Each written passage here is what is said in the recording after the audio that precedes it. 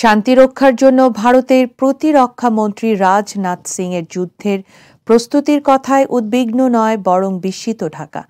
এমনটা জানিয়েছেন পররাষ্ট্র উপদেষ্টা তৌহিদ হোসেন। তিনি বলেন, বাংলাদেশের সাথে ভারতের যুদ্ধ হওয়ার কোনো সম্ভাবনাই নেই। রোববার নিয়মিত প্রেস ব্রিফিংয়ে এসব কথা বলেন তিনি। পররাষ্ট্র উপদেষ্টা বলেন, ভারতের প্রতিরক্ষা মন্ত্রী রাজনাথ সিং কোন প্রেক্ষাপটে ও কী কারণে এ ধরনের কথা বলেছেন সেটা আমরা দেখব। তবে ইসরায়েল, হামাস, রাশিয়া ইউক্রেন যুদ্ধের কারণে প্রতিবেশীদের সাথে লড়াই করার কথা বলবে না ভারত। তবে বাংলাদেশ এখনই এটার কোনো প্রতিক্রিয়া দেবে না বলেও জানান তিনি। তৌহিদ হোসেন জানান, ভারত শেখ হাসিনাকে রাজনৈতিক আশ্রয় দিতেই পারে।